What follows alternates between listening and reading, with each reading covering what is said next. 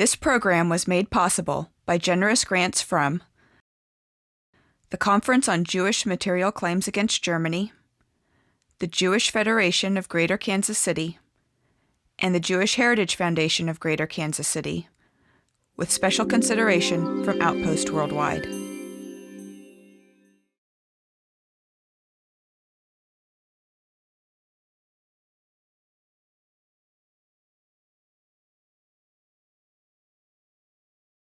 In the winter and spring of 1945, World War II was finally drawing to an end. As the Allies advanced across Europe, they uncovered evidence of the Holocaust in the form of hundreds of concentration camps and slave labor camps and the Polish death camps. Soviet troops, moving westward across the Soviet Union and Poland, liberated major death camps and concentration camps, among them Majdanek, Auschwitz, Stutthof, and the Gross-Rosen complex. After a long time, we heard that the Russians are coming. I don't know how this rumor came to us, but we heard it.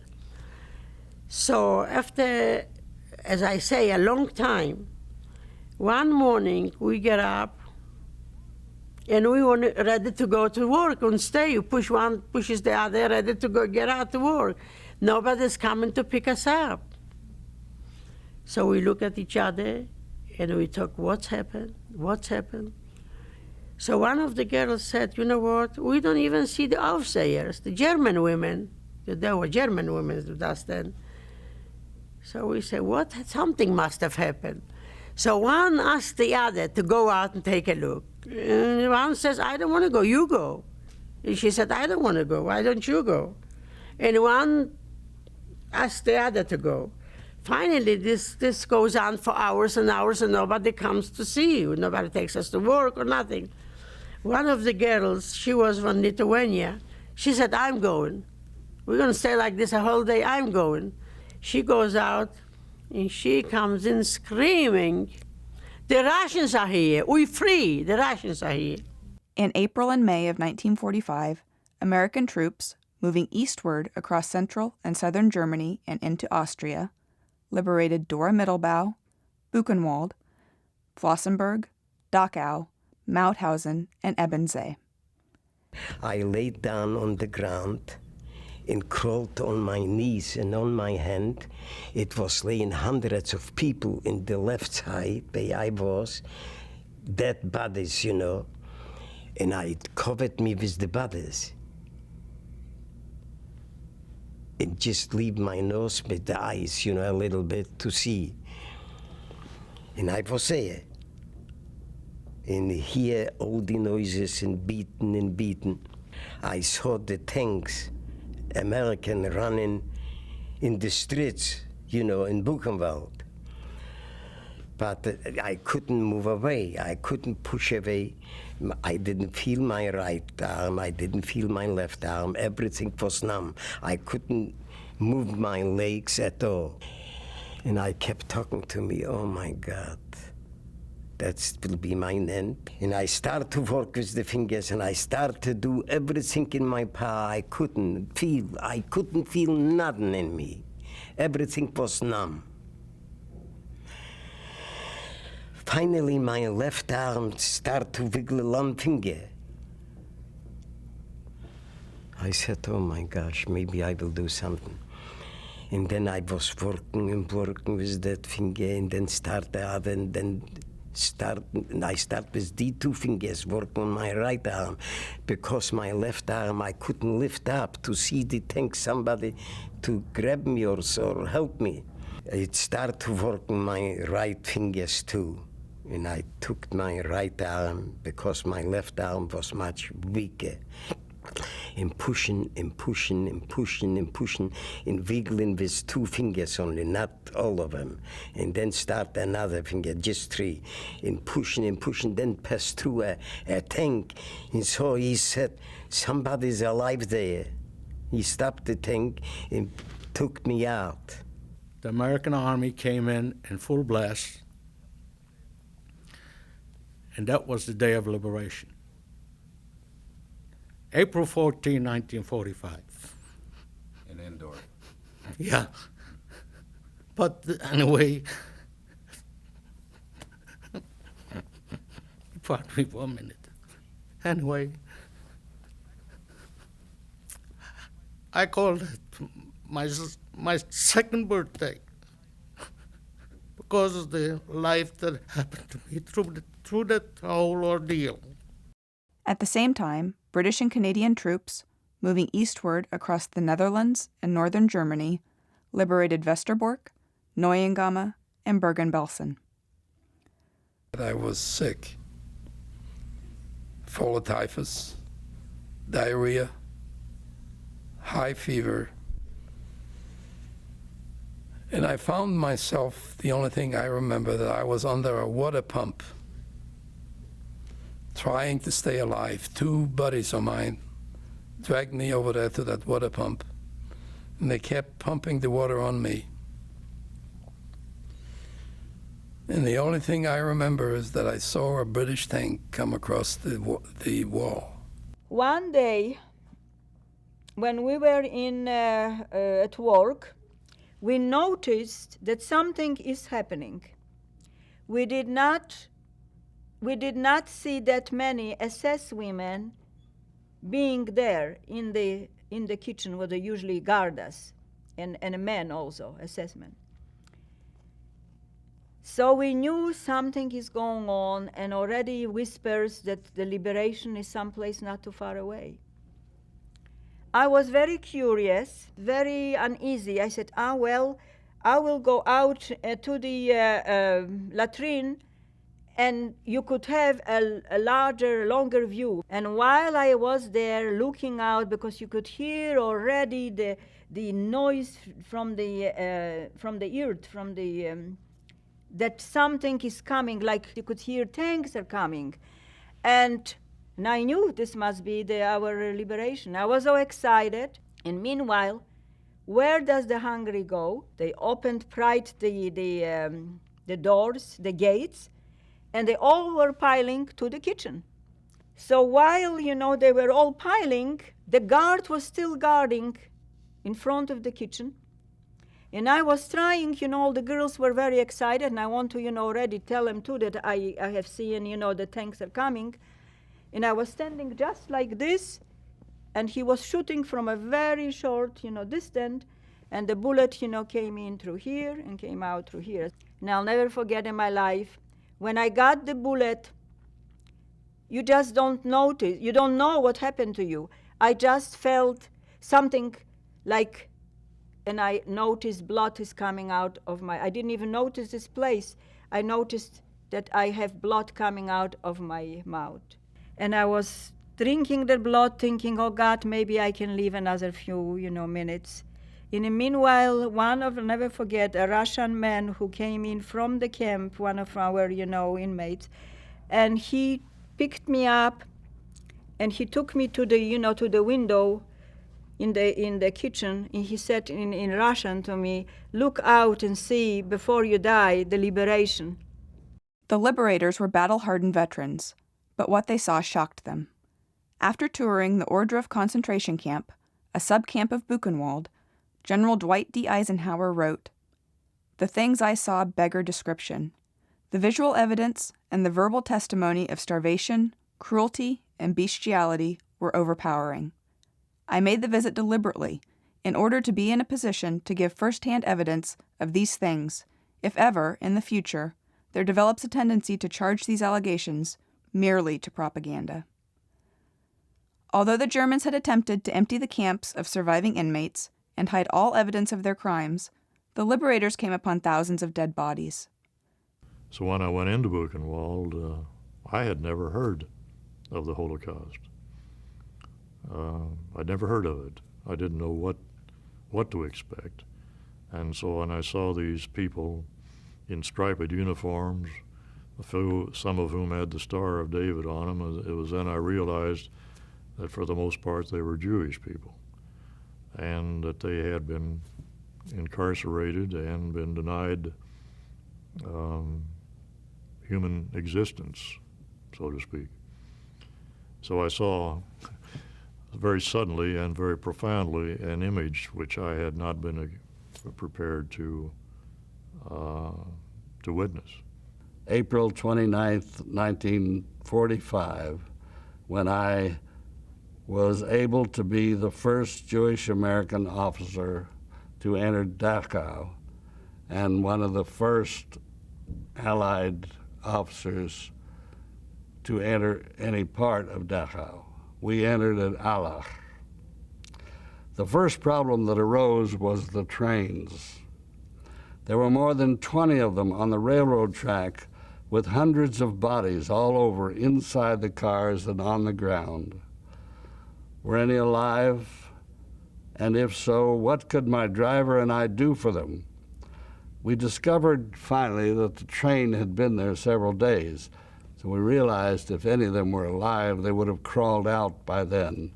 We got to, look in these boxcars and see all these bodies there, and there were people, all these people in their prison uniform clothing, and most of them had starved to death. They were just skin and bones. But it's, you could tell they just starved to death.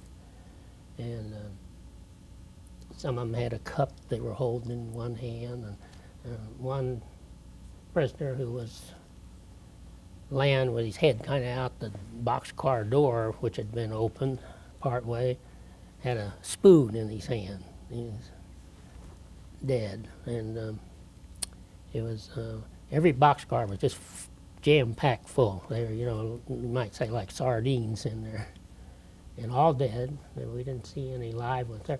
There were some live prisoners still in the camp when our troops went in and liberated them, but most of them were dead. The few inmates still alive were living skeletons. There was no one there that wasn't just bones, just very thin, and I was amazed at how many were just children. Allied troops, physicians, and relief workers tried to provide nourishment and medical care for the surviving inmates. We kept saying over and over, food is coming, wait, be patient, food is coming, and doctors are coming and medicine is coming, just relax, do not excite yourself. We wanted to get doctors there. Food was easy because we gave them all the food we had, but it had to be food that they could digest. It had to be mostly soups and things of the kind. And the next thing I woke up 3 days later, 2 or 3 days, I don't remember. And I was cleaned up, and I was hooked up, being fed intravenously. And a British captain was standing over there, and he said in Yiddish, "What is your name?" I weighed 80 pounds. I was in a field hospital, in a British field hospital. And I spent 6, 7 weeks, I don't remember, a couple months, and they put me back together somehow. I survived. A lot of us didn't. The American Army, there was a doctor. He took me in, checked me out, gave me a shot, and the company commander at that time was Major Miller, that I recall his name. And he told me to stay with them. And I asked what happened to the rest of them. He said, I have not seen any of them here in town, but I saw some in the other towns that are being taken care of by the military or whatever. I stayed with him and come back. I did not go beyond his steps, and he told me to go into the kitchen and get something to eat and whatever it was. I can't even recall at the present time. There was some white bread with some meat on it or whatever. And the next morning, we had breakfast, and my breakfast consisted of pancakes with butter. I'm not going to say how many. I ate enough of them, and then we went up to lunch, and they made fried chicken Never in my life have I eaten before fried chicken. And I told him what I need is I needed a change of clothes because I've got to get out the clothes that I have on, which was the striped uniform, infested with lice and dirty and all that. After all, we wore it for about 3 years. So he went and gave me a pair of his pants. Well, he was no little man. He weighed right around 350, I would say. When he gave me his pens, he could put two of them like me inside of them. But he told me, don't worry. As you stay long enough with us, we fill them out. But despite their efforts, many of the camp survivors, too weak to digest food or too ill with typhus, died soon after being liberated. Oh, that first day, I don't know how many, but there must have been at least 100 die. And that was not unusual for those living in the camp. Throughout Germany, American and British liberators forced local Germans to enter the camps and view the crimes that the Nazi government had committed in their names. Often, the liberators also required that German civilians rebury the victims decently and provide them with proper funerals. And then we moved on down to a town by the name of Rotz. We called it Rotz, but I think it was actually pronounced Rotz, Germany. And we arrived there May the 1st, and here again we saw some further atrocities. Said during the American Army's advances, the Germans kept driving the refugees back until they just fell by the roadside and died. When they got to a certain point, the Germans just killed them and threw them in a hole in a cemetery. After the American military government found this hole, they made the German civilians in the town dig up all the bodies which had been buried for about a week and put each body in a rough box. But the entire population was made to go to the cemetery, and each person, including children, filed past the hole and saw and smelled the bodies. Some of the people didn't want to see them, and one old man almost vomited. The leader of the town made a talk that he told them that this was a result of the German army, and the least they could do was give the fellows a decent burial. The local priest also had a funeral service. It sure was a terrible sight.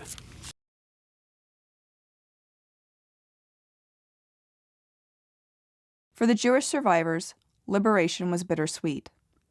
The liberators had freed them from the terror of the Holocaust, but at the same time, this very freedom, the first many had experienced in 6 years, confused them. We were happy and we were sad. We didn't know where we were going, what our home will be, and really what to do. We were trapped. We could stay in the camp if we wanted to, but we had to have some kind of a plan. Europe, too, was in chaos, as millions of uprooted people wandered across the shattered landscape toward their homelands. Most were non-Jews, former slave laborers, concentration camp inmates, and prisoners of war. The Jewish survivors were only a small part of this population. We gathered as much food as we could, carry with us, and started walking into Lublin. The first big city we hit, it was Lublin. We walked into Warsaw. There was no other transportation, and we couldn't just stay there. We had to do something. We finally found a train that was going to Krakow, and we had no money.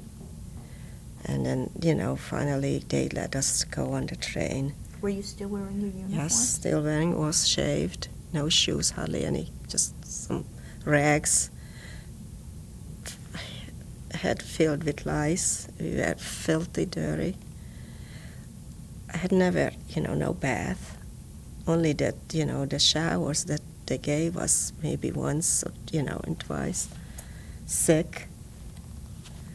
And we got to Krakow. And then slowly, somehow, worked our way to the Hungarian border and into Budapest. All of the survivors had suffered great personal losses. Many were the sole remaining members of large families and even entire communities. I had found that my father's younger brother had survived the war. My mother's younger sister also survived. Those are the only two living relatives from our family of probably 85 to 90 members that had survived besides myself. I lived through. My sister didn't live through, and nobody lived through. I am the oldest, was a family over 200 people. My father comes from a very big family. There was 5 brothers and 6 sisters. That was a big family, nobody survived. It was a family in that city of 96 people on my mother's side. We was left, the 3 of us. We had 53 Hertz cousins living in Yerbator, and 12 of us came back. Very few were able to reunite with family and loved ones. They came from the canteen and said, there is a list of made by a Red Cross, and your husband survived, he's alive, and he's in Buchenwald, another camp. Well, how I go to Buchenwald, and the trains are not going. It was such a disorder all over Germany. But they came 2 men from Buchenwald looking for family in Bergen-Belsen. So they wanted to take me with them. I said, where am I going to go? 2 strange men. The trains are not going. I won't go. I wrote a letter and I said, look up this guy and tell him I am there. I am here.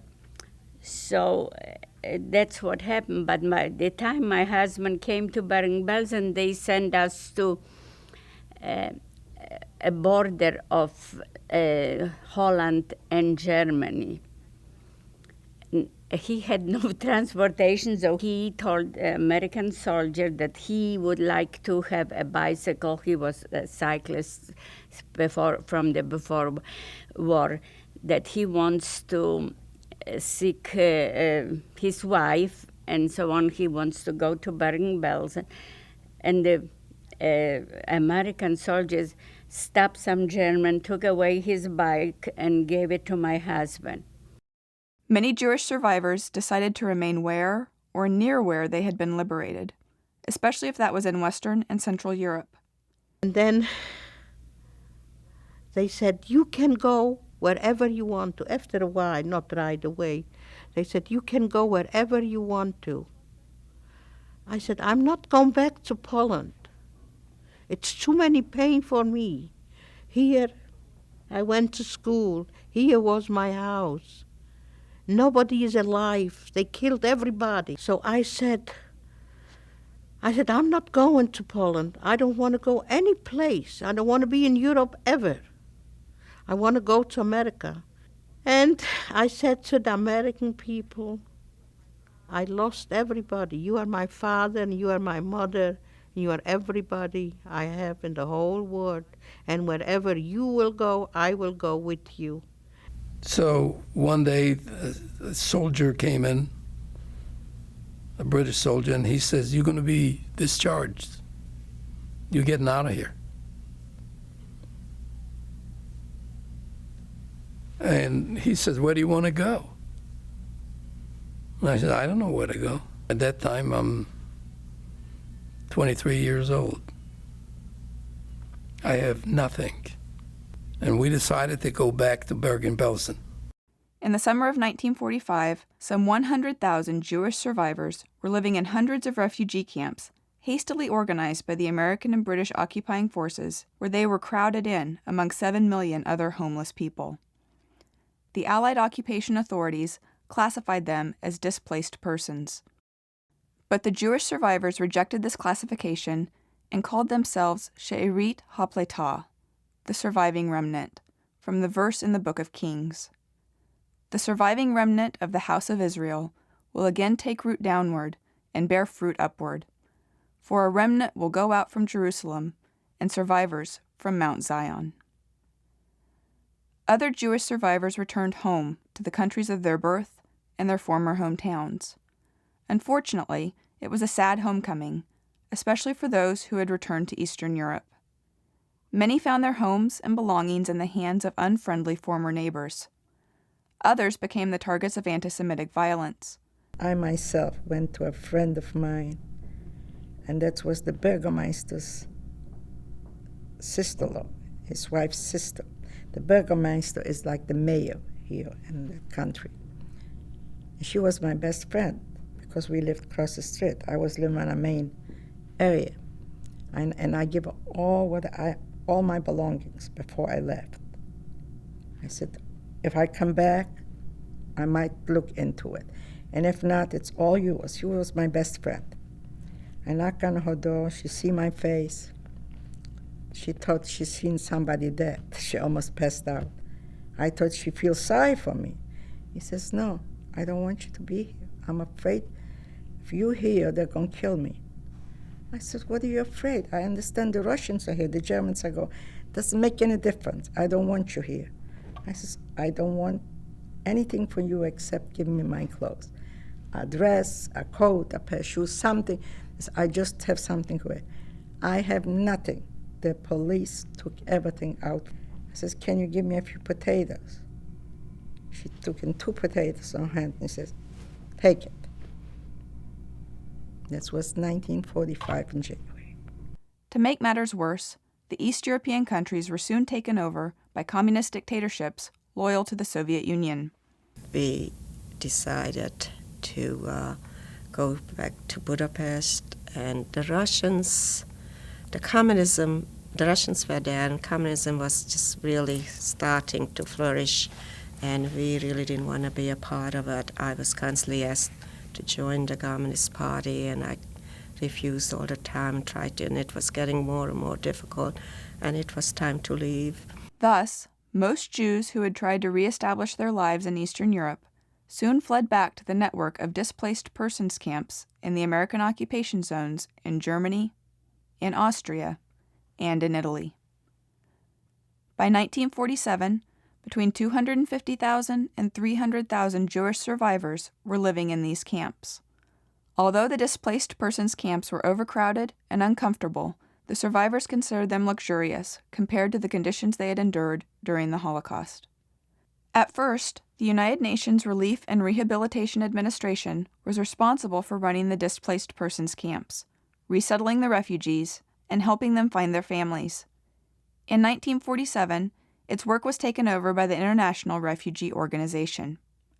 In addition, Jewish organizations like the American Jewish Joint Distribution Committee, the Organization for Rehabilitation and Training, and Zionist organizations from Israel, then called Palestine, also became involved in helping the Jewish survivors rebuild their health and their lives.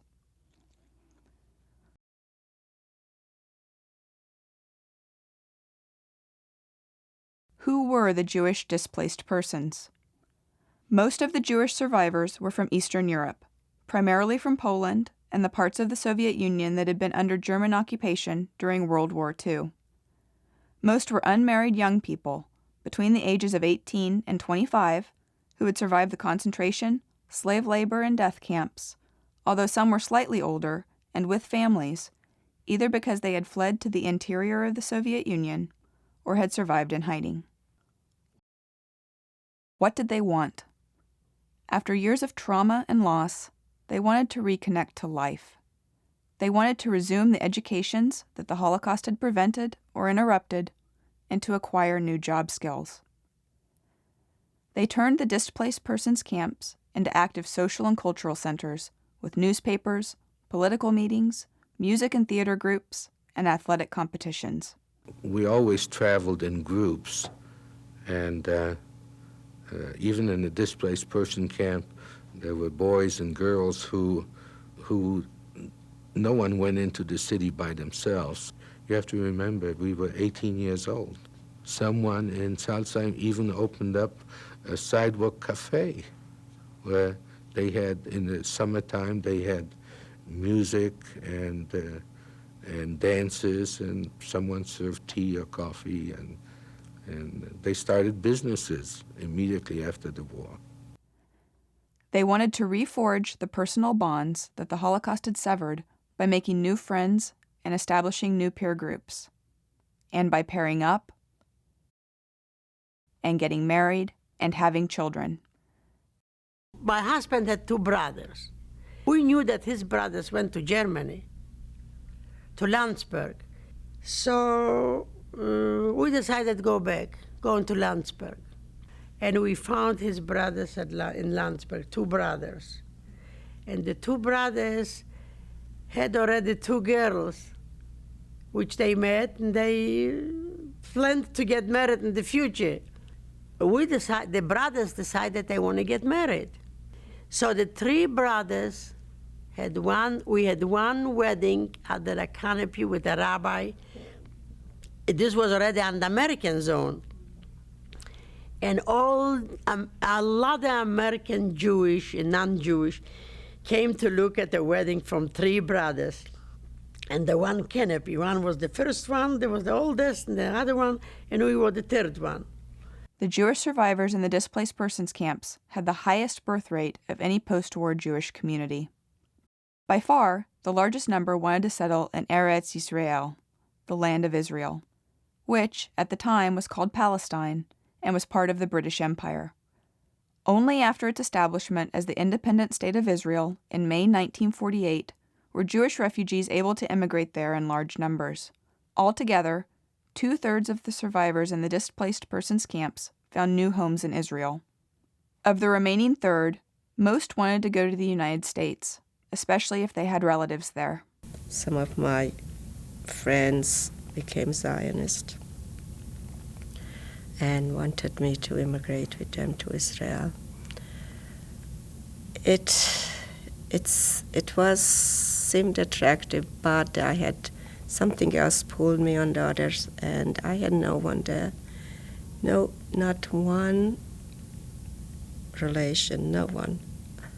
And I said I had to go someplace where we had someone that would look after us. It's not even there, just knowing that you had some family. Well, personally, I went to the United States for one reason, because my brother was already gone to the United States. So I figure if the family wants to stay together, the best thing for me is to follow my brother. The United States also restricted immigration.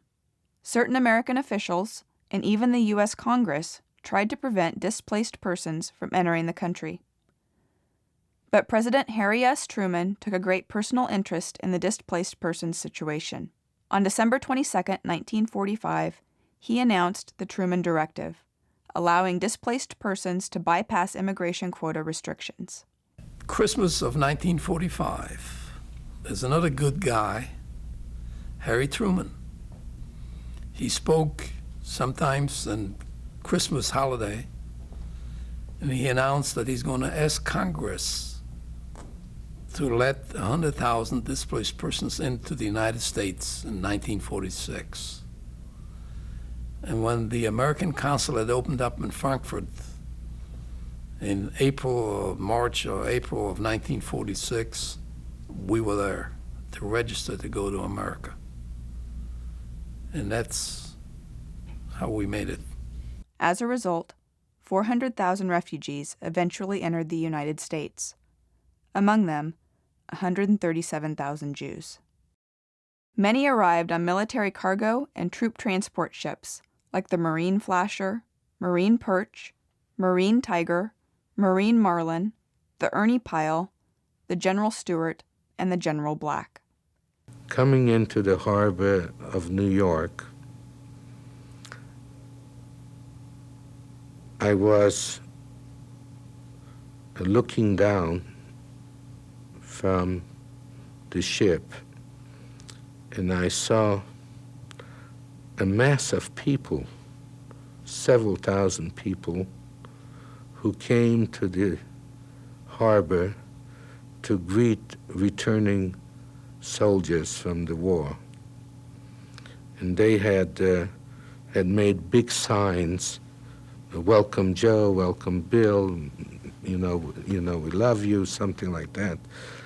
And I was on this huge ship, and I looked down, and all of a sudden, I realized that there was no one waiting for me. December the 17th of 1949, we arrived at the harbor of New York City, and George and I were the last people to get off the ship.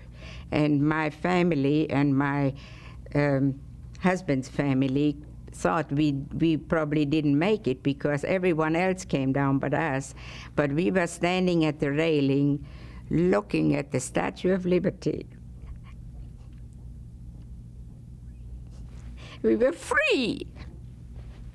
Here, they would build new lives. We arrived in Kansas City. On the station, a lady from Jewish Federation was waiting for us. And she took us to that particular place where it was assigned for us. And of course, from that day on, we was looking for our future. I said, show us the map, and we should look at the map, and we say, President Truman is from Missouri. Kansas City is the heart of America. Let's go to Kansas City. And Kansas City, here I come. Here they would make new homes and raise their families. We got married and the city was at the wedding, and they put the wedding on for us. Well, they had this big article in the Jewish Chronicle that Friday before wedding Sunday, and they were talking about 2 concentration camp people who are going to get married. But the wedding took place, and no invitations, just announcement in the paper. We had to have 500 people at that wedding. Those days, the community really showed up. America would always have a special meaning for these immigrants, and they would never be able to take it for granted. And I worshipped the ground, every little stone. What I am stepping on it in America is to me the biggest precious, like I would step on diamonds, on pearls. Nothing, nobody can buy that pleasure what I have when I step on the street. It was the most wonderful feeling to be in that courthouse holding up a flag, to become citizens of this United States.